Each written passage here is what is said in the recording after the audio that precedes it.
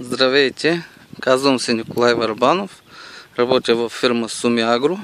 В този клип искам да ви покажа действието на внасения от нас френски микрогранулиран тор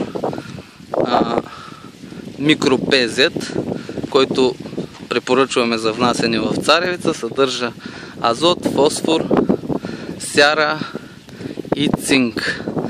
Значи в този блок, който е насят с еднакъв хибрид в един и същи ден, при еднакви условия, отглеждан от един и същи собственик, важи принципа за единствения признак, което ще рече, че всички останали условия са еднакви. Единствено един признак, в случая внасянето на 3 кг микрогранулиран тор, различава двете страни на блока, които се разделят от този черен път. Първо ще ви покажа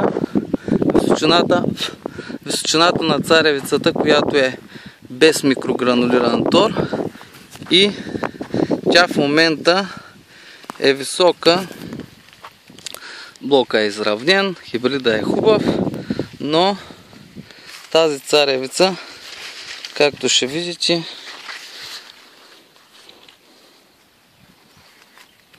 тя е висока точно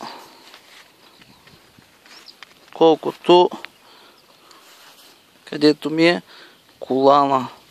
Точно тя е на височината на моя колан. Значи, царевицата е без тор. Ето го най-горния лист, най-високия. Той е наравно с височината на моя. Без две думи, тя ми е до кръста. Сега ще се преместя. Ето пак блока без микрогранулиран тор. Сега ще се преместя в царевицата, която пак искам да повторя, сята на един и същи ден, един и същи хибрид, отглеждан от един и същи собственик, при еднакви условия. Единственият признак, по който се различават двата посева, е внасянето на 3 кг микрогранулиран тор Micro PZ в тази царевица. Телефона, с който снимам, е точно пред очите ми. Аз съм висок 1,75, което ще рече, че тая царевица малко се губя в нея. Тя е по-висока от мен, което ще рече, че този посев е висок 1,75. Ще повървя малко в него.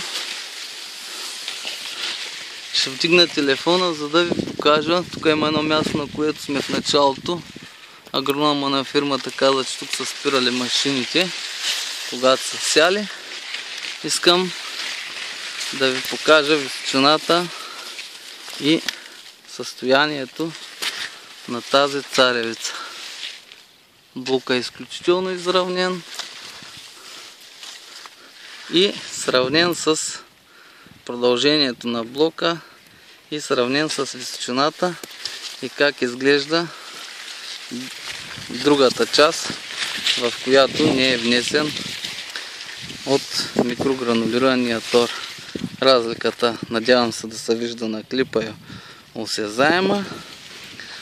Абсолютно съм убеден, че разликата в добива също ще бъде осезаема.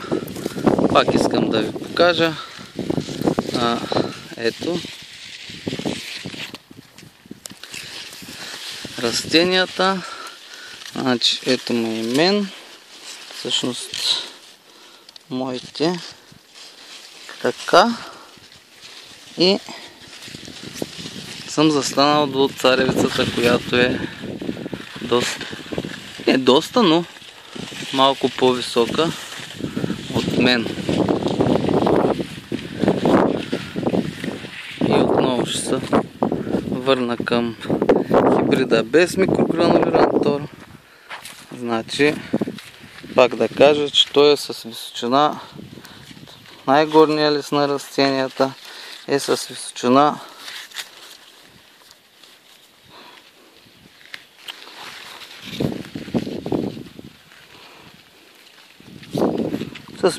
точно до кръста ми. Който желая, на всеки ще мога да кажа персонално какъв хибрид е сят, на коя дата е сят. А искам да кажа само още един детайл, че днес е 10 юни.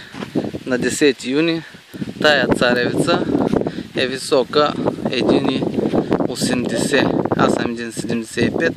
Тя е малко по-висока от мене. Ето как изглеждат двата посева.